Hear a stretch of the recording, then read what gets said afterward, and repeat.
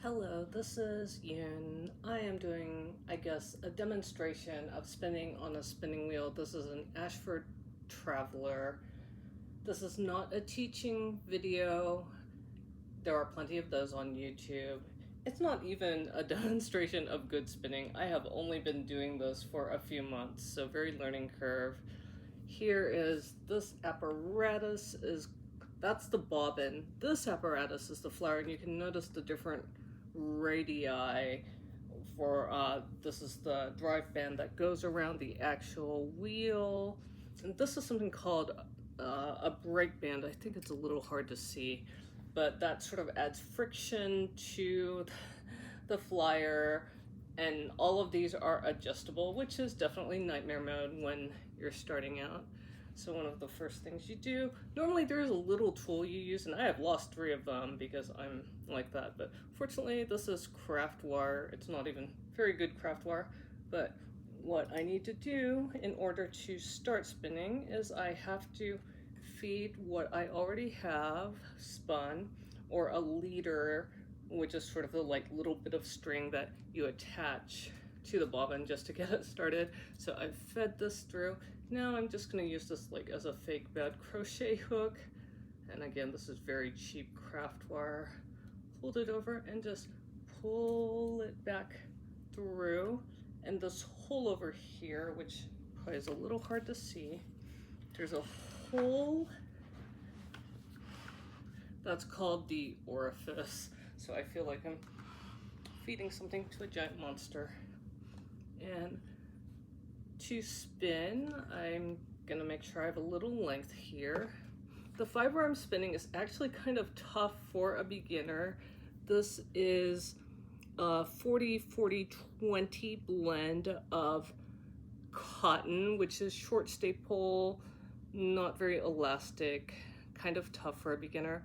Tussah silk, I hope I'm saying that right, which is sort of a rougher grade of silk, a little more friction. I think you can see sort of there are brownish streaks in here, and that's generally the hemp, which is a very strong fiber. But these are 3 fibers that behave kind of differently, so spinning them is a little bit of a challenge. So let's see. So here I'm going to, so normally you spin in one direction, which I'm spinning clockwise, and then later if I ply this, which is to take 2 of the single, these single strand things, and twist them together, you do that in the other direction. Normally I start out the wheel with my hand because sometimes it doesn't want to do the thing. So here I'm attaching the new fiber, and the twist kind of travels up, and I'm stretching out little bits of fiber and controlling how much twist goes in. The stretching out process is called drafting, which I don't know the etymology of it, but you can see I'm attaching more.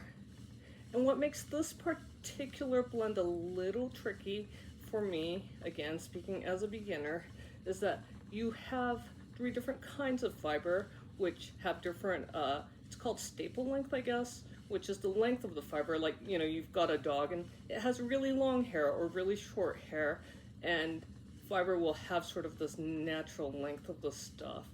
And so I'm trying to manage the thickness, but these are 3 different kinds of fibers that sort of have different behavioral properties.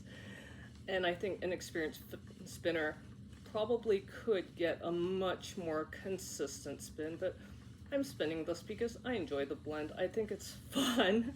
I think it's fun, and I think it actually, the quote-unquote inconsistency forces me to pay attention to how I'm spinning. It's like, oh, this area has hemp, so I want to spin it in a certain way. And you can see, or maybe you can't, but basically my thread width is very inconsistent because I'm not consistently drafting, I'm not consistently feeding this stuff through. And also, of course, there are so many variables. The amount of tension you have on the drive wheel, which connects the flyer to the wheel, which you can't see it because I don't know how to set up the camera for this, but I have a single treadle. That treadle connects up to the wheel and makes the wheel do its wheel thing, and uh, then the flyer holds the bobbin in place, and no, yeah, the flyer holds the bobbin in place, and meanwhile the flyer goes around and around and winds the thread theoretically on.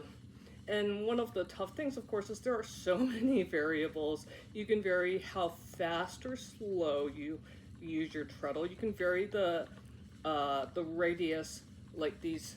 You can have sort of a different ratio on your wheel, so that's always fun. You can have other what are other variables? Oh right, the friction from that, which affects sort of like how much friction you put on the flyer and how difficult it is, how sort of like how much force the wheel pulls the thread out of your hands as it feeds into this orifice. That's a variable. Have you oiled your metal moving parts recently? I have oil for woodworking knife maintenance, and instead I find myself using it much more.